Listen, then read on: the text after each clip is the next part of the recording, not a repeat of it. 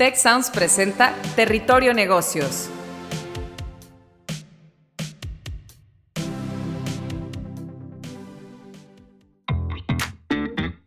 Bienvenidas y bienvenidos a un episodio más de Territorio Negocios, este espacio donde analizamos las megatendencias de los negocios y su impacto en México y América Latina.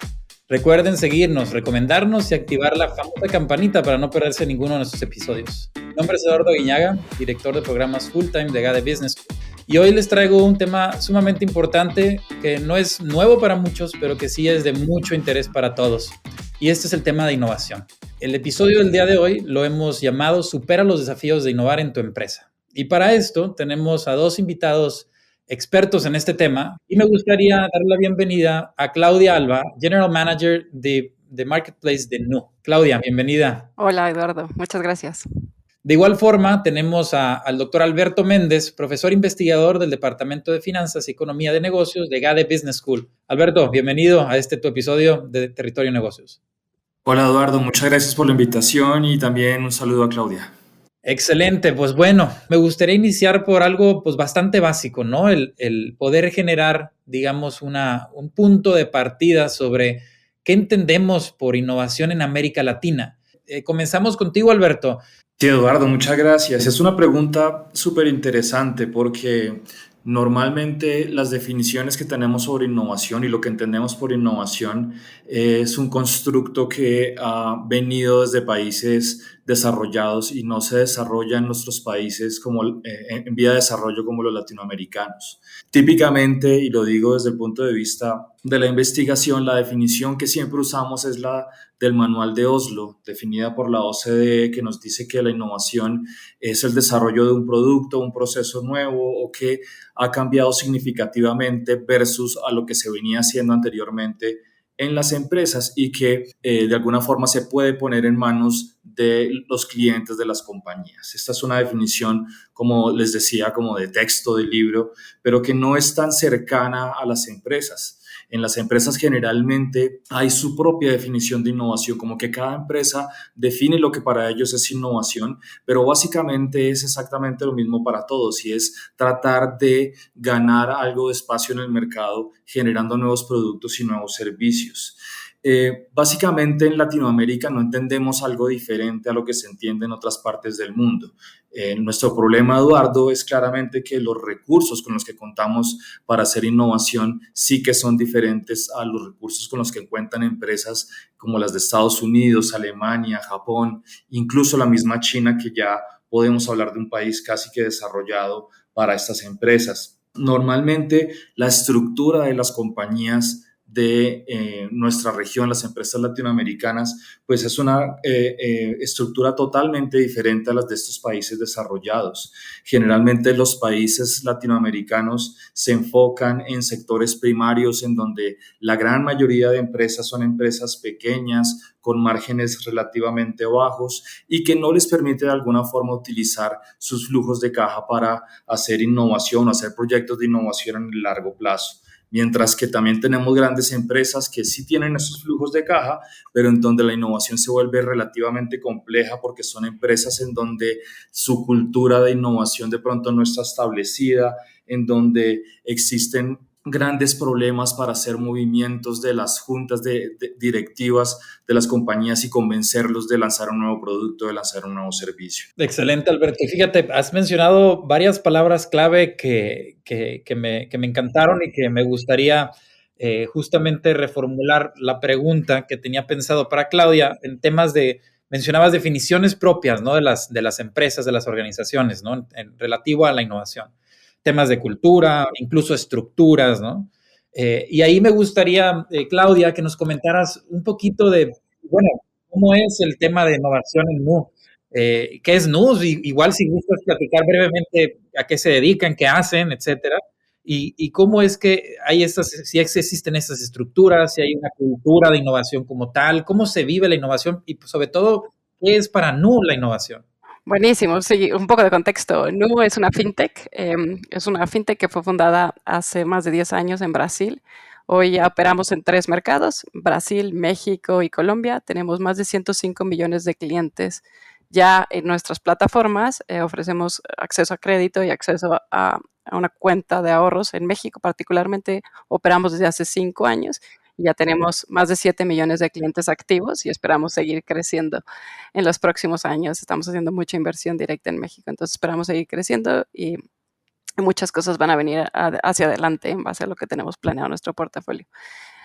Ahora, sí, nosotros hemos sido como un challenger o hemos tratado en nuestra cultura y en nuestro DNA está siempre el, el foco en el cliente. Y ese foco al cliente nos ha hecho cuestionar mucho cómo están operando, cómo operaban en ese entonces o cómo operaban los bancos tradicionales y cómo no estaban sirviendo a los clientes en ese momento, ¿no? Entonces, Nu nace como una oportunidad o una plataforma para ofrecer mejores servicios financieros basados en la experiencia del cliente. El cliente siempre ha sido como nuestro foco para desarrollar todos los productos que tenemos hoy en día. Entonces, la innovación empieza desde ahí, empieza desde cómo formamos la empresa, para innovar, para romper un poco el status quo de lo que existía en ese momento. Y desde ahí hemos ido creando nuestro DNA.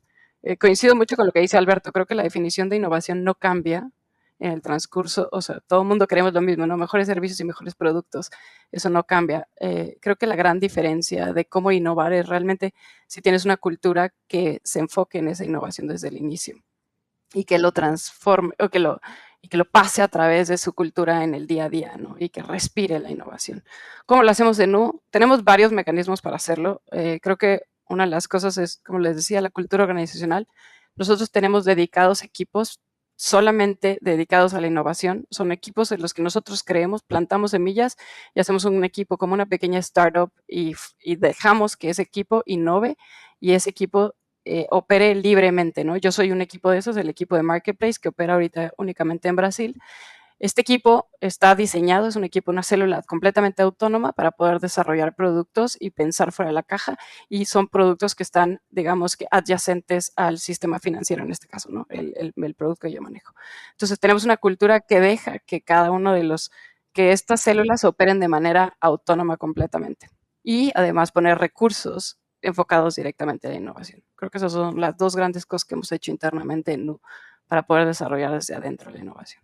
Excelente, Claudia. Me encantó el término de células, ¿no? Células de innovación. O sea, tal cual, dejándolo ser de cierta forma, ¿no? Si lo podemos llamar así, y que generen este impacto, ¿no? Que se desea dentro de la empresa. Ahora bien. Literal, las llamamos moonshot business internamente.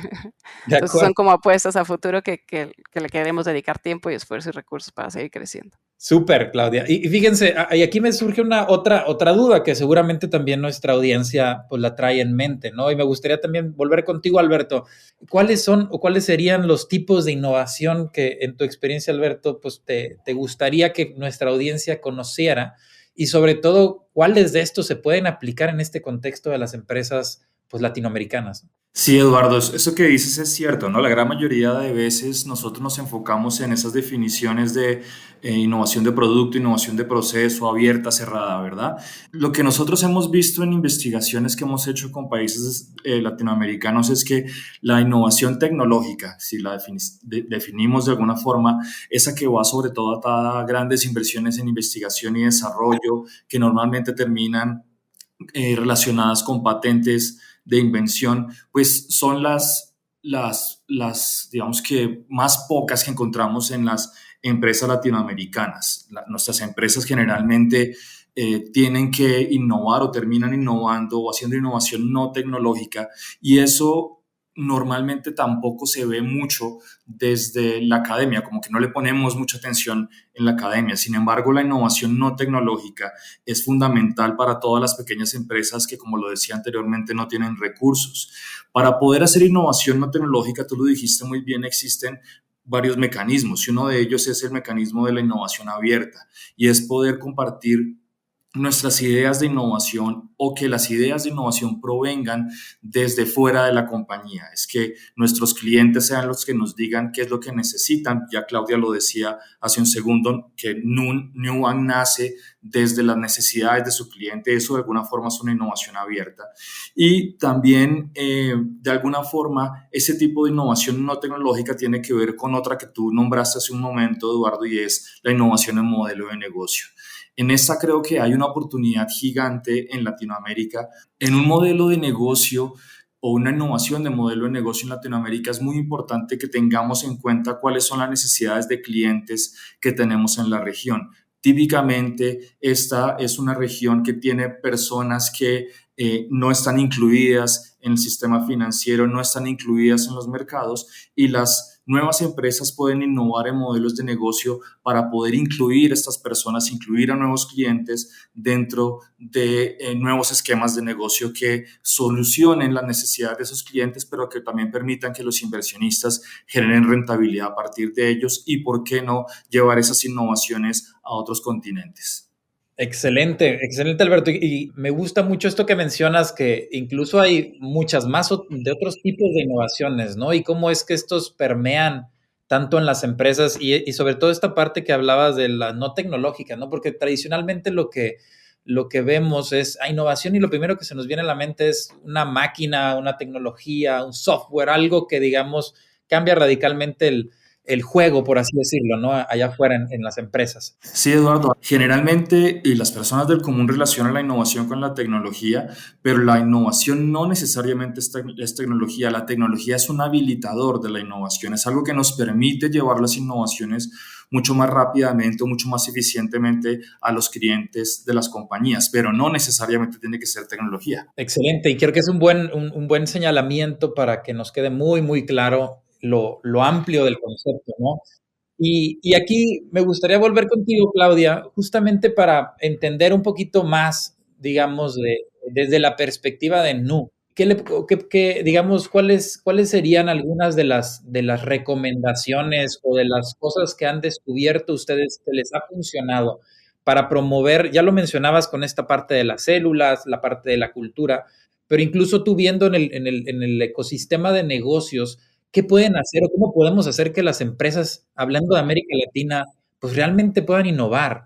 Sí, bueno, algunas ideas que me vienen a la cabeza. Uno es, muchas veces, y creo que es similar al punto que hacía Alberto, ¿no? Que todo el mundo piensa en innovación y piensa en tecnología directamente y no necesariamente es así.